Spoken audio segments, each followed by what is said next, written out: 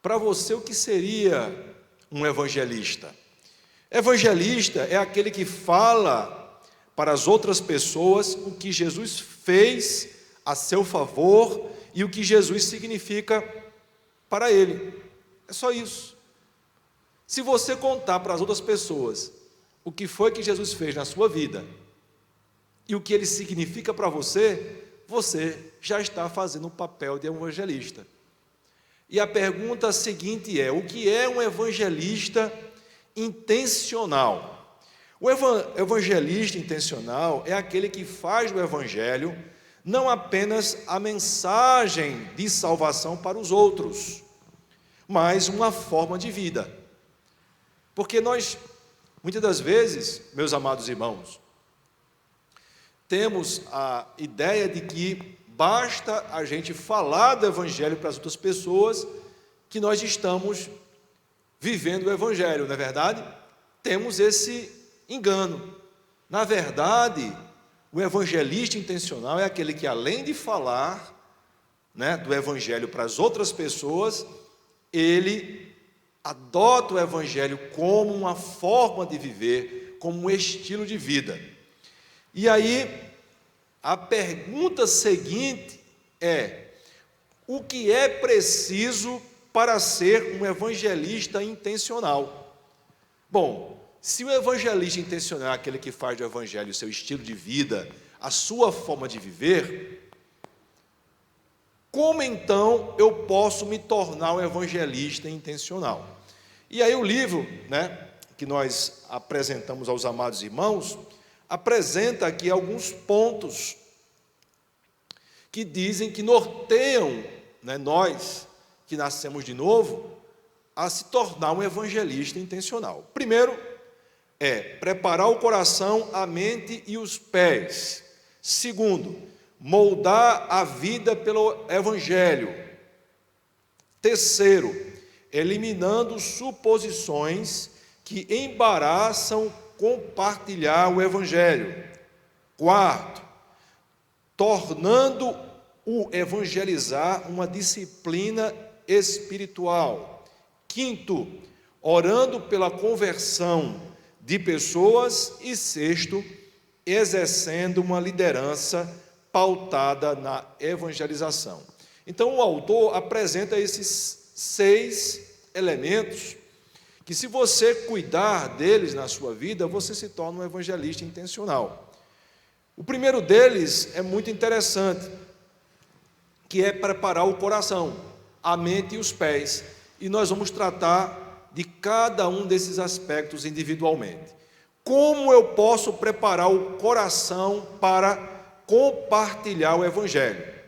Sabemos que o coração está a sede dos nossos sentimentos, das nossas motivações. Então o autor, ele apresenta a seguinte característica: tendo compaixão pelos outros que não têm Jesus, tendo coragem para testemunhar e está convencido que o evangelho produz a maior mudança que alguém pode ter. Veja bem, às vezes nós passamos de largo, na vida das pessoas e não olhamos para as pessoas com a compaixão que o Senhor quer que nós tenhamos sobre elas. Olhar para aquela pessoa sabendo que ela está caminhando a passos largos para a perdição. Então, precisamos ter compaixão. Segundo, tendo coragem para testemunhar. Eu sei que muitos aqui podem estar dizendo: ah, Fábio, mas eu sou um pouco tímido, não sei falar. Essa ideia de não sei falar ou ser tímido, ela cai por terra exatamente pelo conceito do que é evangelizar. Lembra do conceito inicial que nós damos? Evangelizar é falar para os outros o que Jesus fez na sua vida e o que ele significa para você. Eu garanto que você tem total condição de fazer isso, mas você precisa dar um primeiro passo, abrir a sua boca, e deixar que essas palavras que estão dentro de você possam sair para fora. O presbítero João falou aqui sobre alguns irmãos que vivem em perseguição, meus amados, e lá a situação é bem mais diferente do que uma simples timidez. A vida deles lá corre perigo, né? A liberdade deles corre perigo pelo simples fato de eles testemunharem. Então, tendo compaixão, mas também tendo coragem para testemunhar. E terceiro, você prepara o seu coração, você se convencendo de que o Evangelho ele produz a maior mudança que pode acontecer na vida de alguém. Meus irmãos, uma mensagem, ela é mais eficientemente transmitida quando nós acreditamos nela. Às vezes nós falamos de coisas que nós não acreditamos. Por isso que evangelizar é falar sobre mudança de vida. Como foi que Jesus chegou até você? Como foi que Ele atuou na sua vida? Quais foram as mudanças que Ele produziu? Foi através do Evangelho. Então, o Evangelho, ele é a mensagem, a única mensagem no mundo inteiro que pode mudar a vida das pessoas. Por essa razão que eu confesso, até falei para o pastor André, que eu fiquei extremamente grato a Deus por ter tido a oportunidade de compartilhar sobre esse texto, porque é muito a minha cara. Eu entendo que o Evangelho ele tem que estar no centro da nossa vida, em tudo que a gente faz. Então, você precisa estar convencido disso. Por essa razão, algumas das vezes nós precisamos parar, sabe? Parar um pouco da correria da vida e lembrar o que foi que Jesus fez por nós. Não é apenas lembrar da cruz lá do Calvário, que é a maior expressão de amor, mas o que foi que Ele realizou na nossa vida. Você lembra como é que você era antes de conhecer Jesus Cristo? Você se recorda disso? Você consegue ainda imaginar as cenas que você promovia sem ter Jesus na sua vida? Ora, quando você deixou de fazer, pintar e bordar ou aprontar, foi o Evangelho que transformou a sua vida. Então você precisa estar convencido. A outra pergunta agora, nós respondemos como preparar o coração. E como preparar a mente? Como preparar a mente para compartilhar o Evangelho? Nas reuniões que você participa, nas músicas que você canta, nas orações em público que você faz, nas aulas de EBD que você ministra e nas pregações que você expõe, o foco deve ser a mensagem do Evangelho. Ou seja, se você está numa reunião, né, da igreja, ali naquela reunião de departamento ou de um grupo, né, o centro é o Evangelho. Nas músicas que você canta, nos louvores que você entoa, o Evangelho está ali permeado. Ele é o centro, ele é a âncora. Se você é professor de escola bíblica dominical, ainda que você esteja dando aula para pessoas que se dizem crentes, se dizem cristãos, a mensagem do Evangelho está ali presente?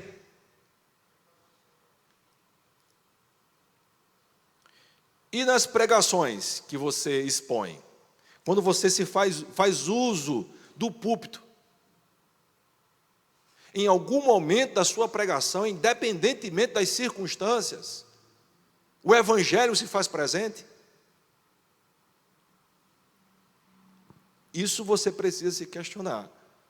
E eu quero confessar aqui de público que nisso esse livro me impactou. Porque eu passei a prestar mais atenção nesse aspecto quando eu estou, por exemplo, preparando o esboço de uma pregação. Espera aí, eu vou abordar um determinado assunto. Por exemplo, na última terça-feira, nós trouxemos uma palavra sobre família.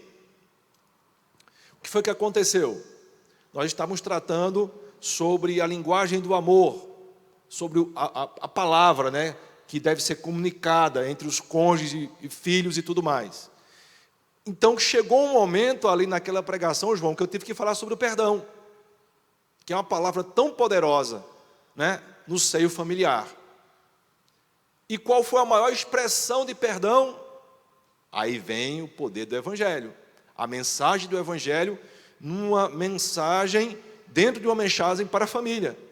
Eu posso fazer isso em qualquer pregação, é possível. A mensagem do Evangelho deve estar presente.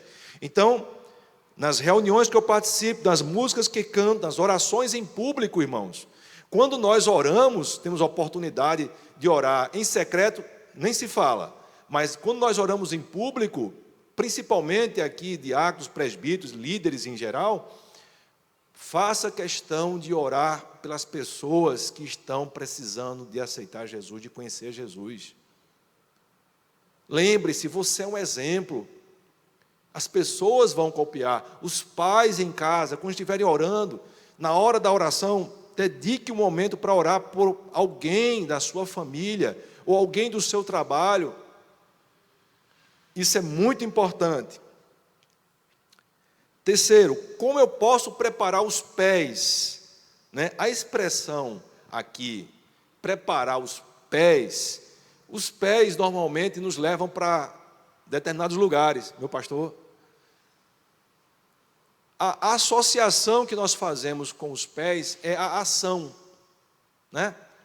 Quando estamos parados, os pés estão parados, mas quando estamos em movimento, são os pés que nos levam a algum lugar. Então, quando o Senhor usa a expressão, a preparação do Evangelho da Paz, está falando em ação. O Evangelho é mais do que palavras, o Evangelho também é ação. Então, como preparar os pés para compartilhar o Evangelho? Bom, se nós temos que preparar o coração e preparar a mente, agora, os nossos sentimentos, que são produzidos nos nossos corações, e as palavras que são produzidas na nossa mente, precisam ser transformadas em ação, em direção a pessoas que não são cristãs e as pessoas que suponhamos ser cristãos. Pois é aqui que eu preciso dar um destaque especial. Se temos sentimentos, né? Temos compaixão pelas almas perdidas. Falamos em nossas reuniões sobre o Evangelho, mas falta uma ação. E essa ação vai depender das circunstâncias, né? Mas, por exemplo, por que eu não posso convidar alguém próximo da minha casa para vir à igreja? É uma coisa simples, era tão comum, né? Antigamente nós fazemos isso. Uma outra ação, se importar com a vida de alguém, à medida de perguntar, poxa vida, como é que eu posso lhe ajudar? Se aproximar daquela pessoa.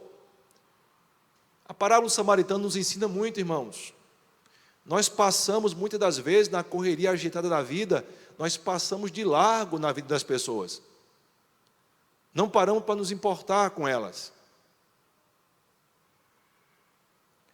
E o Evangelho, ele é ação também.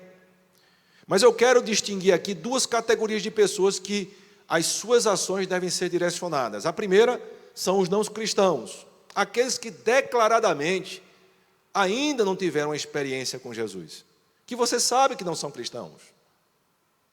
Mas existe uma outra categoria de pessoas, que são aqueles que nós suponhamos que são cristãos. Existem essas pessoas no seio da igreja, no meio do seu grupo de casais, do seu grupo de louvor. Ela vem à igreja, tem todas as características que é um cristão, mas ainda não passou pela experiência do novo nascimento. Por quê, Fábio? Vamos falar daqui a pouco sobre isso. Então, as nossas ações devem ser direcionadas para isso, especialmente o nosso testemunho. Meus irmãos, se é algo que nos dias de hoje o mundo não está tão convencido assim, são com as nossas palavras e as nossas emoções e sentimentos. Porque as pessoas estão mais atentas para saber se aquilo que nós falamos condiz com aquilo que nós vivemos. Então, precisamos preparar o nosso coração, sim, a nossa mente também, mas precisamos ter ações que sejam conforme, ou sejam de acordo com o Evangelho. Muito bem. Um outro ponto aqui sobre como ser um evangelista intencional é como o meu estilo de vida pode ser moldado pelo Evangelho. Meus irmãos, quando as nossas atitudes, as nossas decisões e as nossas escolhas do dia a dia, têm como base o Evangelho. No nosso cotidiano, ele é recheado de situações, de circunstâncias que nos desafiam, irmãos. Seja na relação com o cônjuge, na relação com os filhos, na relação com o empregador, na relação com o próprio Estado, nas relações na própria igreja, nas próprias circunstâncias adversas que a vida traz. Tudo isso preenche o nosso dia. A gente chega aqui, né? Muitas vezes acontece isso. Eu não sei se com vocês acontece, mas às vezes eu venho no domingo na igreja, aquele culto abençoado, chega, eu saio leve, eu digo, Jesus de Nazaré, amanhã é segunda. O que será que está me esperando amanhã, meu Deus? O que é que me espera? Às vezes, logo 7 da manhã já começa, né?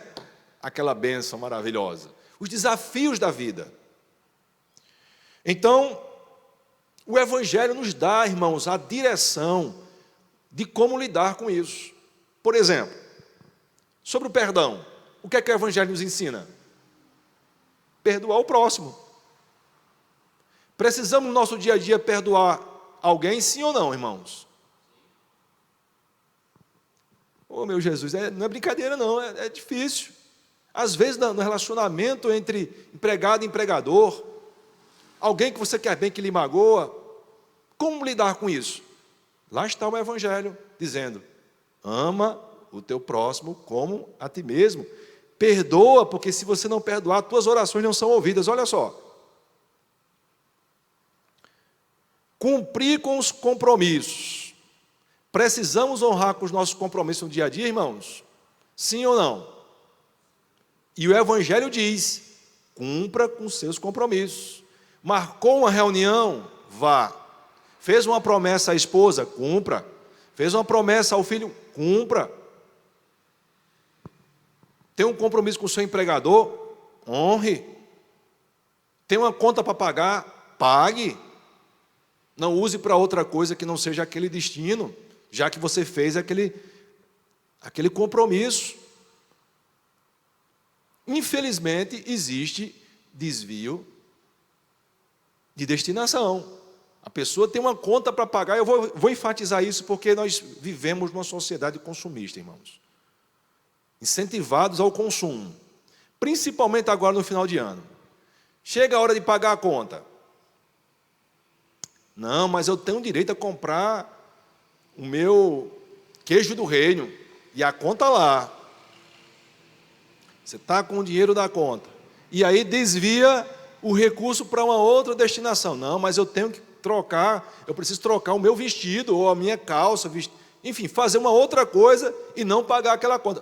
Cumpra com os seus compromissos. O Evangelho ele é claro em relação a isso. E sobre o salário dos empregados?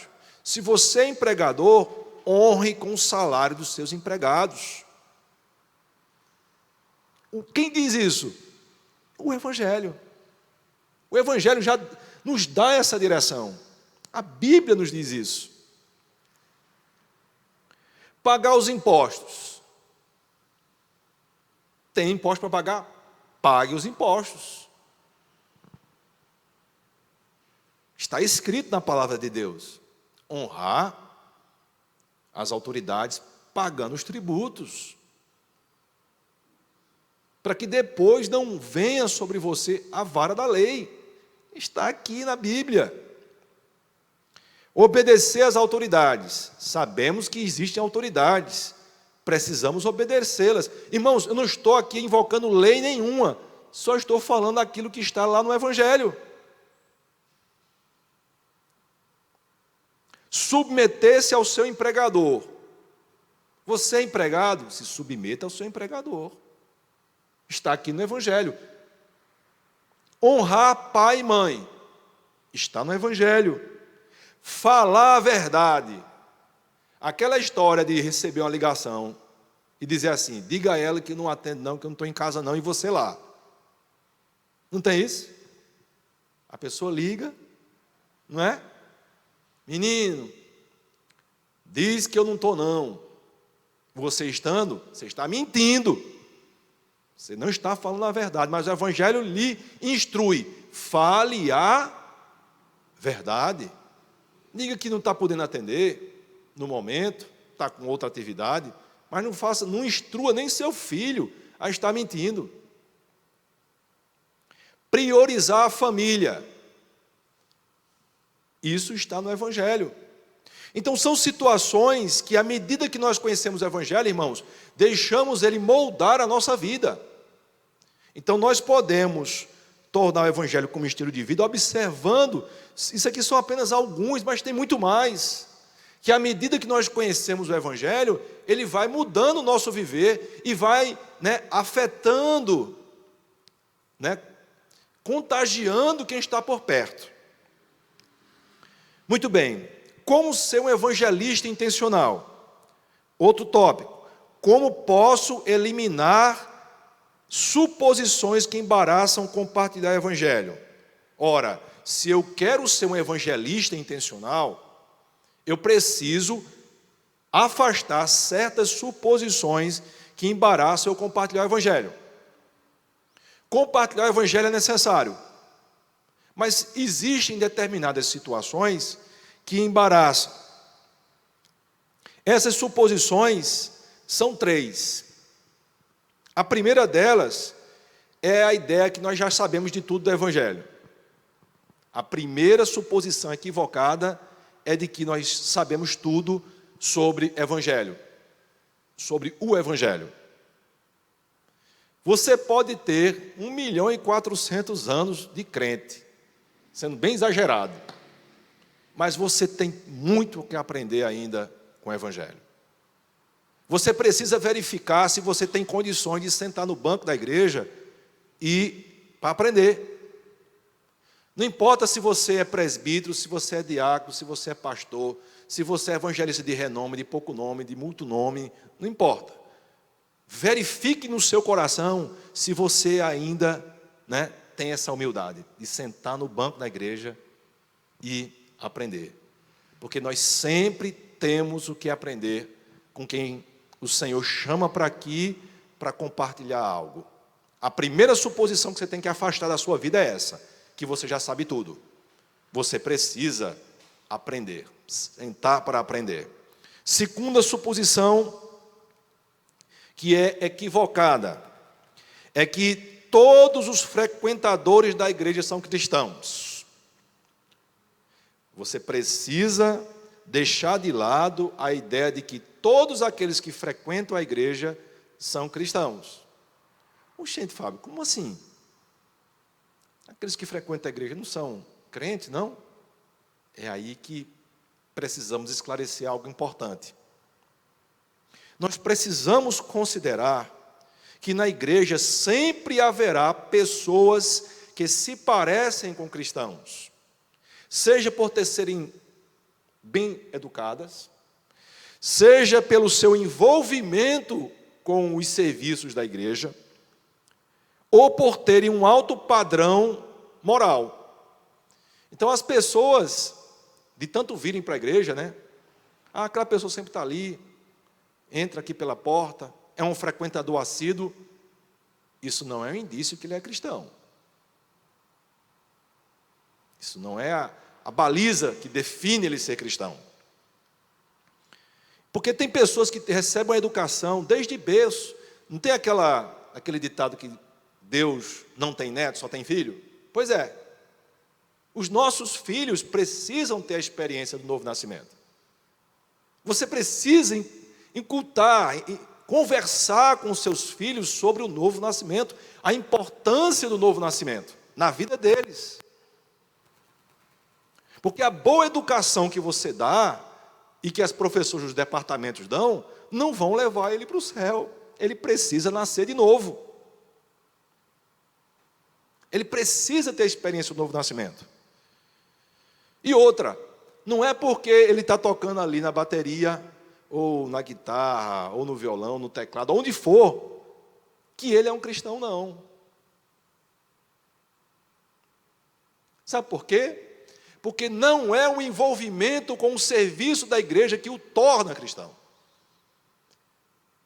O que o torna cristão é o novo nascimento na sua vida.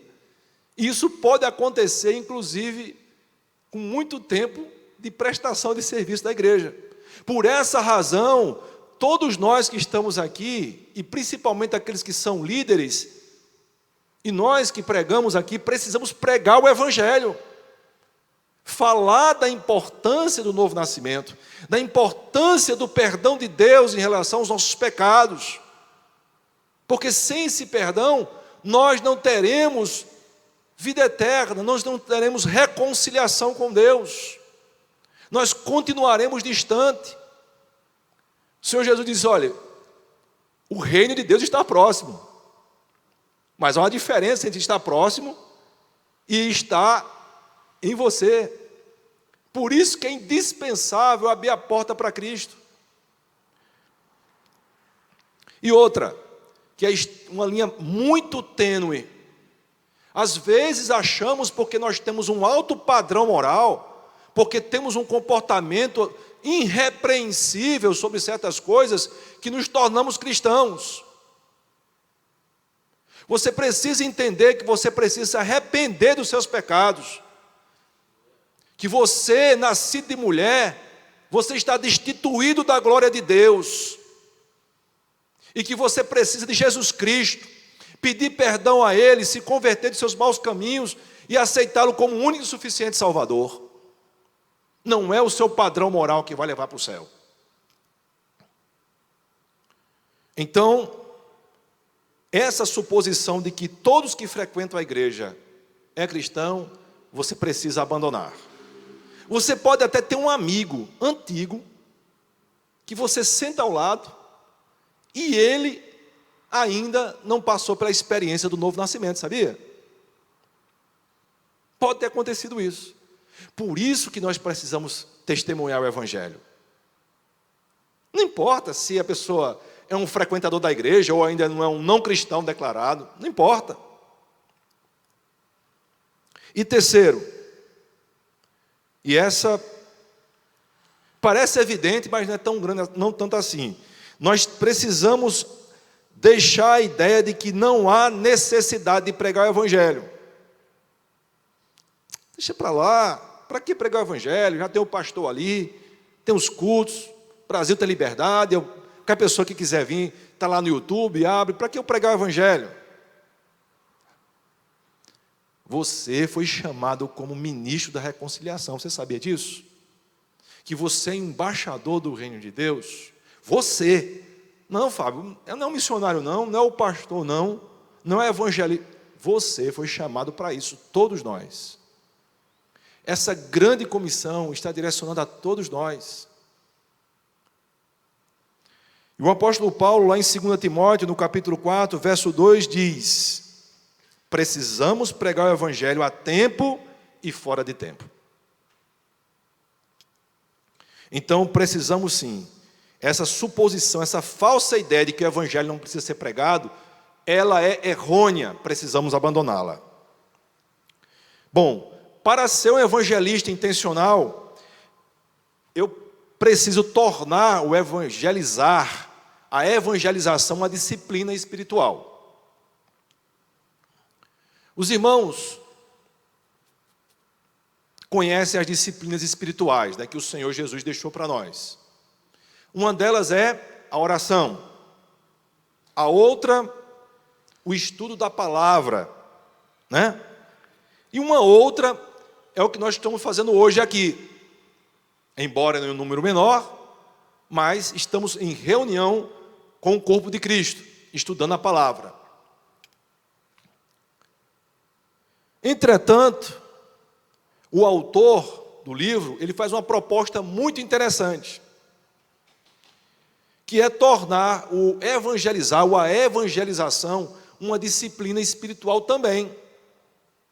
Do jeito que nós fazemos com a oração, o estudo da palavra e da igreja, se reunir à igreja. E a pergunta é, como eu posso fazer isso?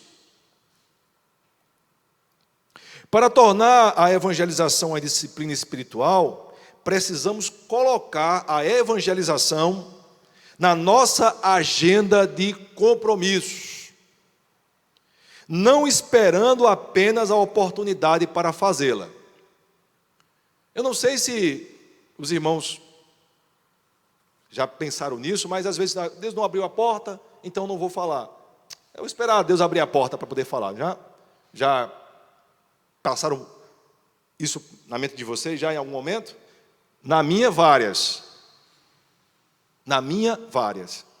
E eu achei interessante que o autor do livro, que nós apresentamos no início, ele fala algo interessante. Se nós colocamos a evangelização como na nossa agenda de compromisso, Deus vai usar isso, de alguma maneira. Puxa vida, eu estou interessado, eu quero evangelizar. Meu Deus, eu estou ali no trabalho. Poxa, eu quero evangelizar. Então, vai acabar em uma conversa ou outra ali com um colega de trabalho, falando a respeito do evangelho de alguma maneira. E precisamos ter o discernimento do Espírito para isso. Então essa disciplina espiritual, ela diz, poxa vida, como até o presbítero João estava falando aqui, né, na oração. Poxa vida, Senhor, quantas pessoas eu pude falar a teu respeito?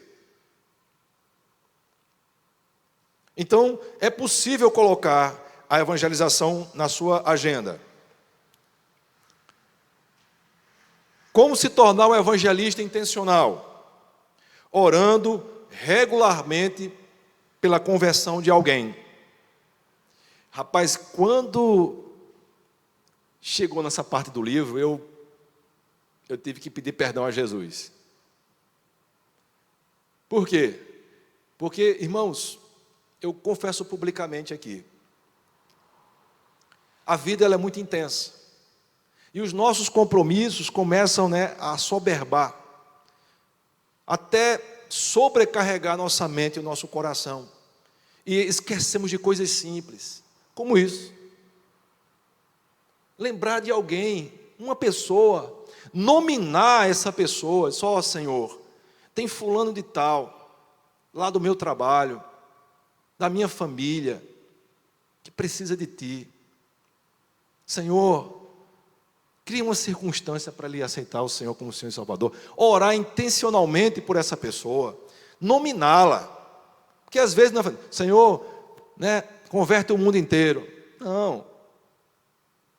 Faça uma oração intencional, direcionada. Pedir perdão a Jesus. Senhor, tem misericórdia da minha alma. Sabe por quê, irmãos? Nós somos enganados pela aparência, sabia? Tanto para o bem como para o mal. Às vezes olhamos assim alguém e diz assim, essa pessoa nunca vai ser um crente. Não é? Não, essa pessoa aí, olhe, eu vou nem falar de Jesus para ela, porque eu sei que ela não vai me aceitar de maneira nenhuma. Eu tive uma experiência, quando eu estava fazendo um curso lá no Rio de Janeiro, com um dos professores meus. Eu estava orando no meu devocional matinal, e aí o Senhor no meu coração disse, entregue um Novo Testamento, né, dos Gideões, ao professor Vicente Barreto. O senhor já com seus quase 80 anos. E ele é um dos filósofos mais conhecidos do Brasil. Ele na época, né, isso há 10 anos atrás, referência lá, citada no STF e tudo mais. E aí, eu digo, não, Senhor, isso é da minha mente, da minha cabeça. Mas o Espírito Santo, né, inquietou, aí eu coloquei um Novo Testamento no bolso. Eu supus que ele não seria a pessoa que desejasse receber aquela Bíblia. E aí eu fui fazendo prova do Senhor. Senhor, está vendo? Eu cheguei lá, subi as escadas, ele estava com um monte de alunos assim ao redor. E ele está vendo, Senhor? É da minha cabeça, é fruto da minha imaginação. Um homem desse porte, né, desse quilate, vai querer receber de mim um novo... Olha só a conversa que eu estava tendo com Deus. Colocando o Evangelho na última prateleira. Meus irmãos, porque Jesus, ele é bom.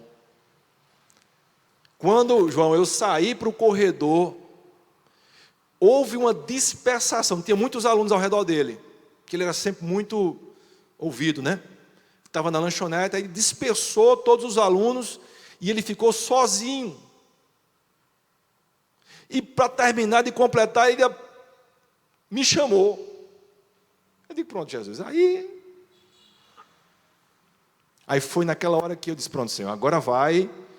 Pronto, cheguei para ele, se eu quero lhe entregar o livro mais importante da minha vida, que é a Bíblia Sagrada. E ele olhou assim, com um olhar profundo, rapaz. Eu não sei qual foi o efeito daquilo, mas ele recebeu com tanto carinho aquele texto, aquele Novo Testamento. E se eu não tivesse resistido, se eu tivesse resistido à voz do Espírito Santo? Meus irmãos, nós não podemos achar que somos nós que sabemos quem é que vai herdar a salvação. Nós não sabemos quem há de herdar a salvação. Quem foi que Deus elegeu para herdar a salvação? Talvez essa pessoa que é o mais improvável seja esta, que você deva orar, que você deva dar um bom testemunho de vida, que você preste um pouco mais atenção nela, empreste os seus ouvidos a ela, estabeleça um canal de comunicação e, quem sabe, trazê-la para a igreja. Precisamos orar para que as pessoas conheçam a Jesus, especialmente as próximas. Pai e mãe, deixa eu mandar um recado para você. O lar é o lugar de maior intimidade da família e de um ser humano. É onde é o lugar que ele fica mais à vontade. É onde ele precisa dar o melhor testemunho do Evangelho.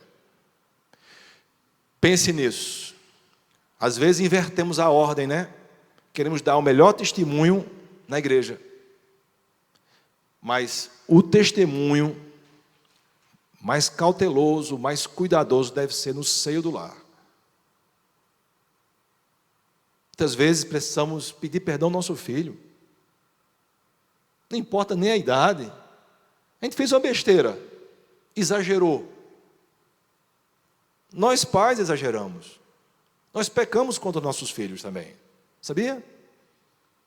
E precisamos reconhecer isso, para que o nosso filho enxergue que nós temos limitações e que o poder, o sangue de Jesus está sobre nossas vidas e não vivemos de aparência.